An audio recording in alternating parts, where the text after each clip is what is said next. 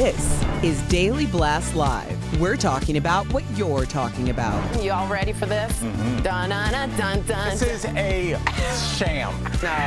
No. Y'all, just stop. Get real. Welcome to DBL. Hello, everyone. Hello, Al. We were just discussing your amazing pocket square. Right, I'm on the fence about it. I like it, but we had to. You got to shoot your shot. I love it, and I think it looks great. We got Lindsay. She's joining us from home again. Lindsay, can you see? It's like a neon green. It's real cool. Al went for it. I appreciate that. I love that. Yeah, she didn't say she liked it. She just she said I went for it. not. She acknowledged that She it did. happened. This occurred. This is what happened. Oh, man. All right, let's get to it. We do have an update on Bob Saget's possible cause of death, everyone. Authorities did an autopsy, and the medical examiner in Florida said there was no evidence of drug use. There was no evidence of foul play. So investigators are really still looking into the official cause of death and say it could take up to 12 weeks. Police are saying that the way his body was found, and I'm sorry to be a bit graphic about this, could point, though, to a sudden heart attack. He was reportedly found lying face up with his left hand over his heart and his right hand at his side.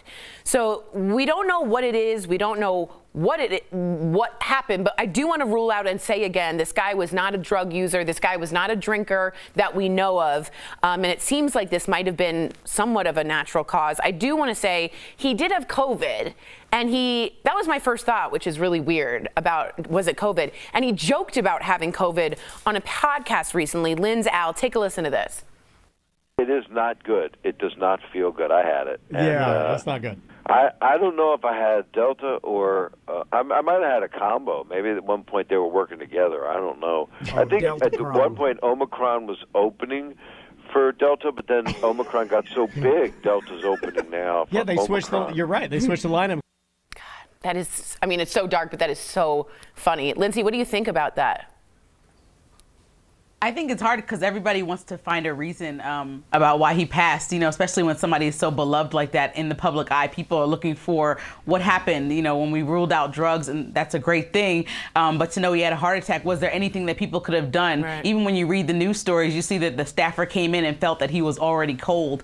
And it seems graphic that we want to know exactly what happened. But I think when somebody is so beloved, like I was saying, it's hard to just accept that they're gone, especially at a young age, and when we're not seeing someone who's like Betty White, almost 100, and we're excited that she lived such a beautiful, long life. I think it's too young for Bob Saget to be gone. 65, and he's like, just like Lindsay said, he's like our dad.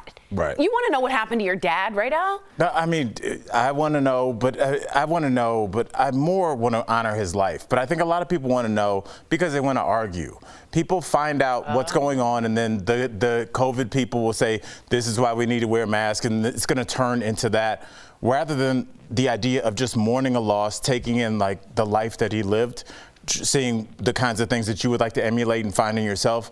Instead, we'll take it back online and we'll argue about little facts, and then the kind of the murder mystery kind of people will chime in, and maybe it was the butler, This is unfortunately, I think we need to keep this in our heart, because online it's just going to delve into what it usually does. Wow, that's really smart. Well, let's talk about that. Bob Saget's friends and family continue to mourn his loss. Stars like John Stamos, Candace Cameron Bure, and John Mayer were seen visiting his wife, Kelly Rizzo. In a statement, Kelly said Bob was her whole heart and is her absolute everything.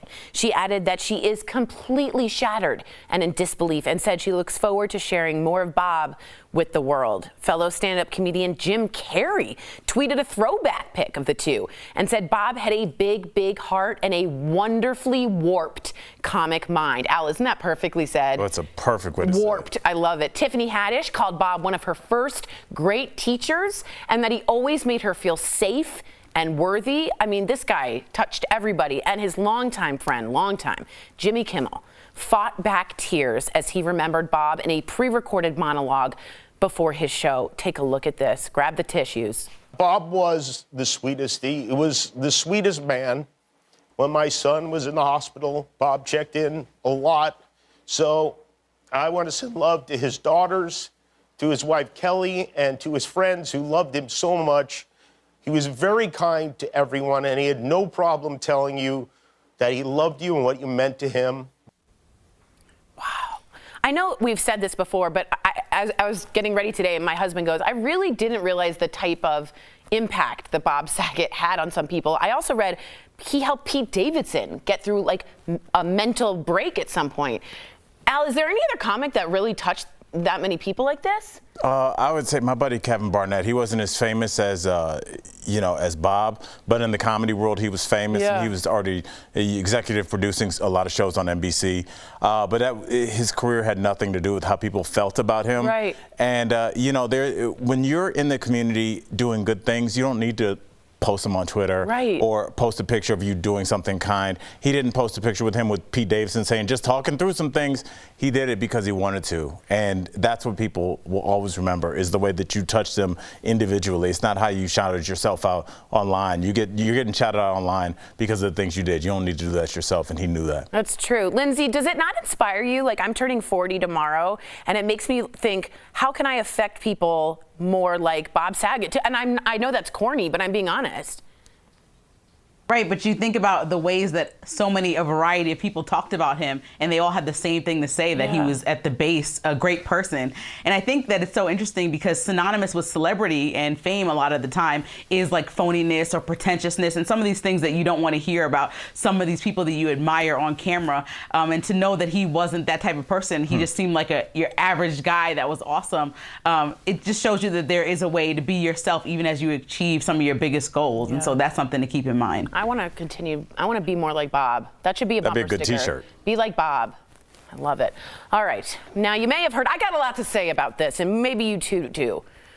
Say it correctly. You may have heard about tennis star Novak Djokovic, all right, and his battle to defend his title at the Australian Open. So Djokovic was seen practicing today in Melbourne. He had been held in detention while trying to enter the country, Australia, over visa issues, all because he's not vaccinated. A judge finally let him in, but he could still have his visa canceled. There are also reports he may have lied on his visa application, saying he had not traveled 14 days prior, but there are photos showing him in Spain and Belgrade. There are also fears of possible fights in the stands if he plays between anti-vaxxers. This is a tennis game. Anti-vaxxers and people who agree with the country's COVID protocols. So a lot of people there feel he's been given special treatment. I will start off by one sentence and then throw to you. I think Djokovic is being a Djokovic. Lindsay, I'll go to you. Lindsay, if you just stood up and walked out right now, I would completely understand. I think our bosses would too. You know what? What a joke this is. Who died and made you better than everybody else? It really is a joke because, Australia has notoriously tight or strict, I should say, protocols in place to protect people that live there and people that come there from getting COVID. And so I think what the interesting thing is that this is a celebrity, and so there shouldn't be certain rules. Like, there's always certain rules for famous people. There's not certain rules when it comes down to medical science that tells you that you can pass a disease. Like, you're not like above it because you're famous. And so it's frustrating that people are trying to find ways around, even with the fake vaccines cards and lying about whether you're vaccinated or not in order to get in certain spaces. Like, when you use your fame to do things like that, it actually is just putting everyone in grave danger because it's just ridiculous to me that it's even an option to bypass the rules just because you have fame. Now, hashtag Aaron Rodgers, am I agreeing with, is it because he brings in the ratings that he thought he could just skip? Hit it on the head, Tori. These two people, we're saying they're famous, but what they really have is leverage. You cannot replace Djokovic with anybody. He's been one of the best international tennis stars for almost 15, 20 years now, and there is no other one. So he does have leverage. If he doesn't show up at the tournament that you're sponsoring, Lindsay, you're not going to make as much money. Your advertisers might pull out of that. But isn't Same with Aaron Rodgers. Like life or death? A lot of people think Aaron Rodgers playing quarterback for Green Bay is life or death, and it's that serious for their fans. He is going to play in that game.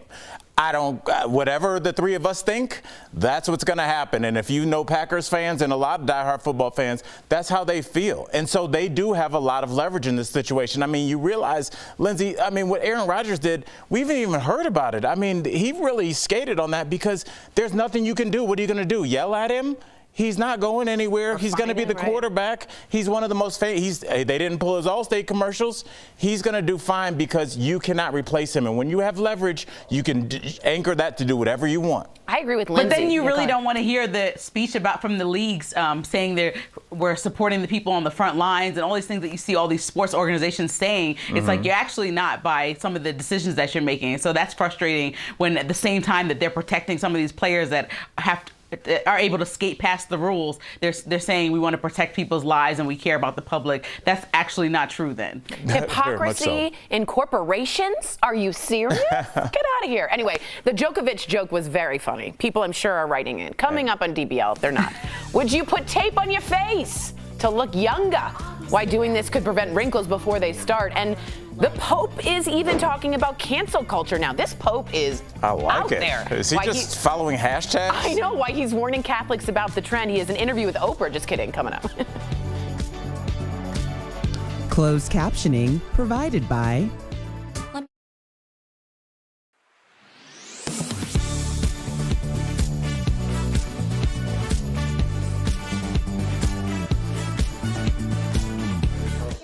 what Pope happened? says get ready for the Bitcoin crash. Yeah, why is the Pope becoming like Joe Rogan? Like, I feel like he's become a real an influencer. Not that he isn't for many people across the country. Maybe he's the original influencer. Telling people what to do and how to think. Yeah, that's a good point. By the way, Tori, our wonderful wardrobe stylist, Kiri, texted me and said, Pocket Square going rogue, the neon is showing. That's not good. So, what if it was a misheard on text and actually she's like, the neon is showing? No, it doesn't. I think she's like, oh. But then it's like. I really like it. I know, it's Can weird. you get a close-up on this? What? Okay. Oh, that's it. It was Allstate, not State Farm? No, it's State Farm, not Allstate. You said State Farm. I said State Farm. Oh, did you? Yeah. Oh, I don't know. Yeah, Allstate is, are you in good hands?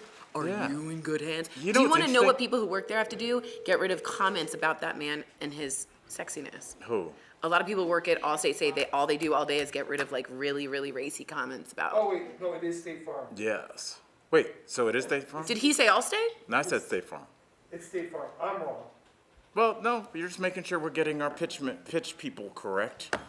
Insurance companies, they hold on to people because I don't know the black gentleman's name, but he was the power hitter in Major League. Oh my God, yes. Remember Serrano from Major League? And That's he would the pray. guy from Allstate. That's the Allstate guy. He was the president in what was he the president in? Yeah. 24?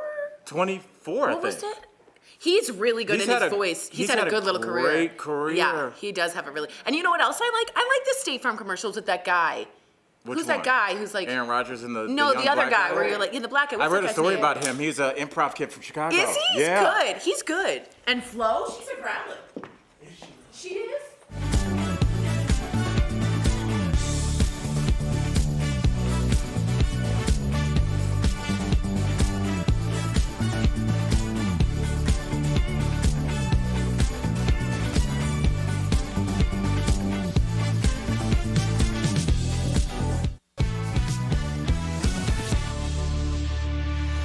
Welcome back to DBL. Yeah, we're going to talk about it. Pope Francis is talking about it. So what do we talk about a lot? Cancel culture. And many canceled celebs actually might agree with the Pope here. So the Pope came out and says cancel culture leaves no room for freedom of expression and that, quote, one-track thinking is an attempt to deny or rewrite history according to today's standards. This comes after this European Union suggested canceling the word Christmas and replacing the term man-made with human-induced, which the Vatican feels was an attempt to deny Europe of its Christian roots. So, do you agree with the Pope?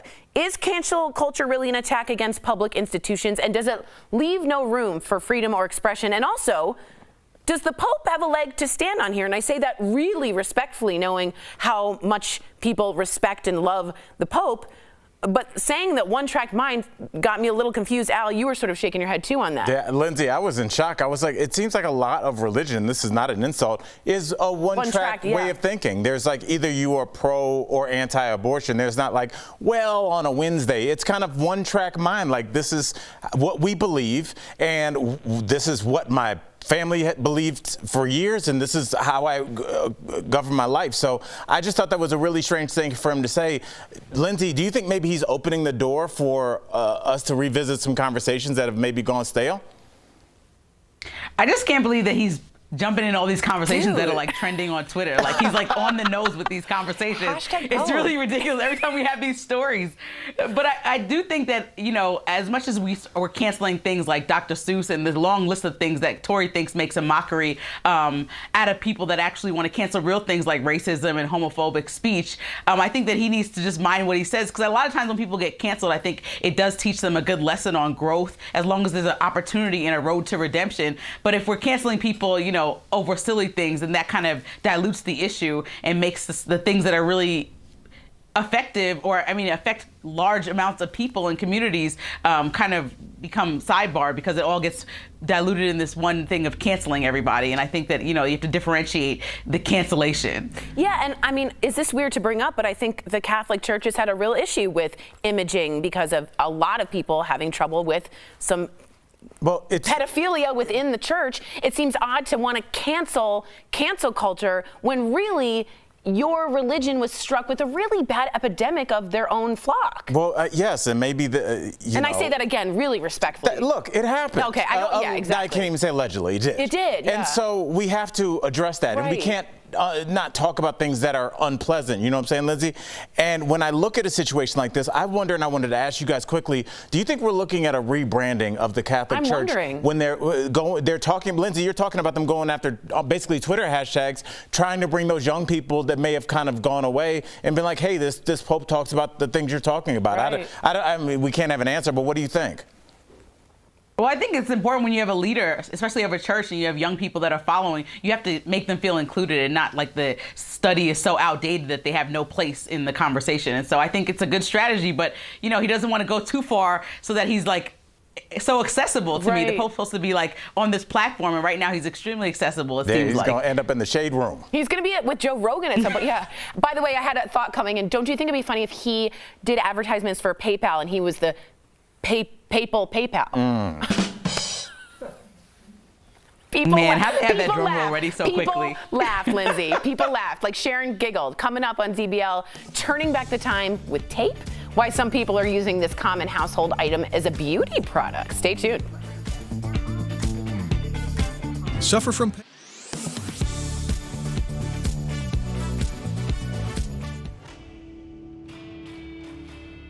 Finding a COVID test has been really difficult for a lot of us, but if you can get your hands on one, there are two different kinds that you might be able to choose from: a molecular PCR test and a rapid antigen test. So let's verify, when's the best time to use each one? We took that question to these three experts: Dr. Amish Adalja, Dr. Gigi Granval, and Dr. William Maurice. First, let's break down what makes these tests different. There's really two things when you think about a test. There's specificity and sensitivity. That's specificity. If you get a positive result, what's the chance you actually have the virus? And sensitivity. If you have the virus, what's the chance that you get a positive result? We know the antigen tests most of them are quite specific still, but they are somewhat less sensitive. Here's the big difference. PCR tests are so sensitive that they'll catch even the smallest amount of virus before and after the time when you're contagious. PCR positivity does not correlate with contagiousness. Antigen tests will become negative as soon as someone's viral load or viral shedding drops below a threshold that's associated with contagiousness. So, when should you take each test? If, let's say, you've been exposed and you don't have symptoms and you really need to know, you really need to answer with much more degree of certainty, a PCR test would be better. When it comes to exiting isolation, the rapid test has been seen as a better indicator. The antigen test is a great tool because you're asking the test to tell you whether or not you're contagious, whether you're a danger to others. So we can verify that when you need to know for certain if COVID is causing your illness, go for the PCR. But if you want to know whether you're contagious, a rapid antigen may be your best bet. Now, obviously, that was a lot of information, so we broke it all down and put it on our website. Just text VERIFIED to 202-895-5599. We'll send a link right to your phone.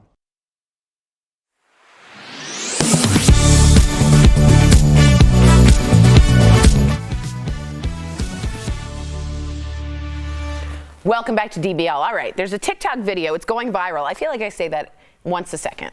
of a woman using something pretty much everyone already has at home to help make her skin look younger. All right, you paying attention? Let's take a look. Involuntary movements cause lines and wrinkles that you will have for the rest of your life. So I was introduced to something called tape training. The whole point of doing this, the tape will crinkle and make noise as you move. So when you hear that noise, you become aware that you're making expression. And before you know it, you start to train yourself not to make these involuntary movements. So while she uses the tape to help prevent wrinkles in the future, people also use face tape, this is real, to create an instant facelift. Take a look at this. This will give you an instant facelift, or if not, it can just make you look like really snatched. It can change the shape of your face. They're completely invisible and you're super snatched.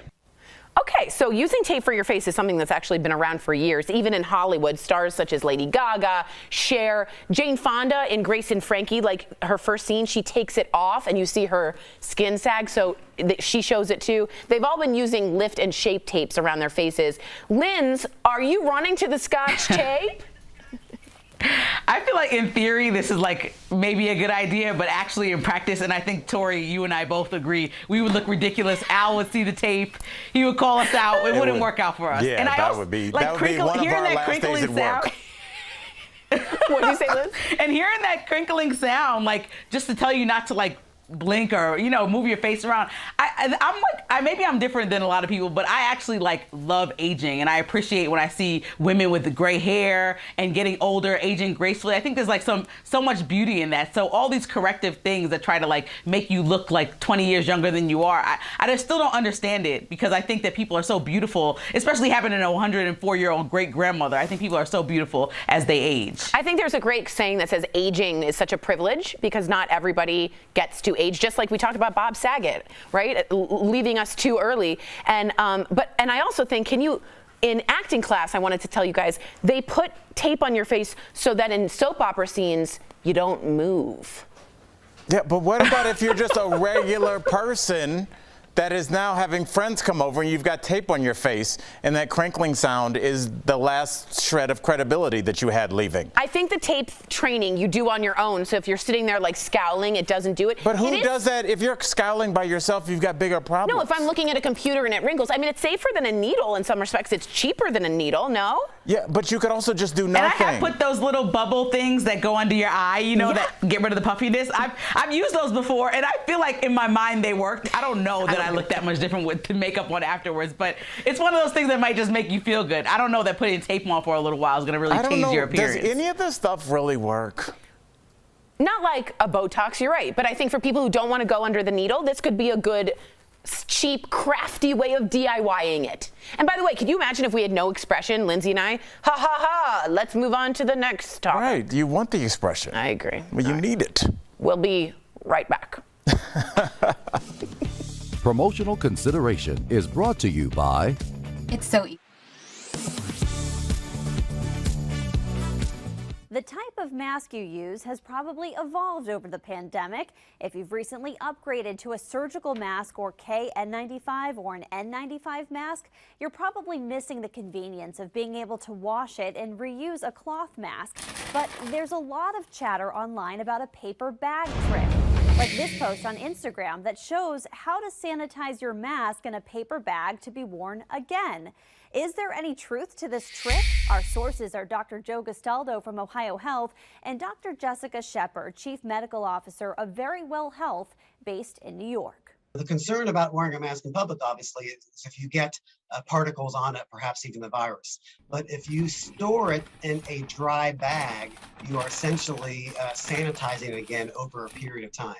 The KN95 masks do work well, assuming that it is a FDA authorized mask. So it's not the bag that's doing the magic trick. It's actually the process of keeping the mask, one, away from decontaminating someone else or a surface, and also keeping a dry environment in order for the virus to not spread or stay on the mask. Our experts recommend storing your mask in a paper bag for 24 to 48 hours in a dry place, so we can verify it's true. You can sanitize your mask in a paper bag so it can be worn again. This is not recommended for healthcare workers, but for you and me, it can extend the life of something we use every day. And thinking about upgrading your mask from a cloth one, our experts say now is the time to do that. And you really want to think about having the highest quality of mask as possible. When it comes to how a mask performs, the ones that perform the best in public filter up to 95% of particles at 0.3 microns. And in that regard, you have to use an N95 mask. But I think what's more available for the public are KN95 masks. The thing really is making sure that you can have access to a mask, period. But if you do have the ability to choose between a cloth and an N95, the better option is going to be the N95. Have something you'd like us to verify? Send us an email with your verify. I'm Lindsay Mills. Verify exists to answer your questions about the things you see online. People are sharing on social media that Amazon is jumping into the cryptocurrency market with something called Amazon tokens. If you click on the ad, you're directed to a slick website that connects the purchase of Amazon tokens to a free Amazon Prime membership. So let's verify. Is Amazon entering the cryptocurrency market and offering Amazon tokens? Our source is Amazon, and we can verify right away this is false. Amazon says it does not have any cryptocurrency offering, and it's not offering any Prime promotions in connection with cryptocurrency. An Amazon spokesperson told us, quote, "We take any attempts to misuse our brand seriously, and it, quote, investigates these complaints and uses them to protect customers and hold the bad actors accountable." Amazon says if you see something fishy, report it to Amazon customer service. Got something you want verified? Email the team at verify@WUSA9.com.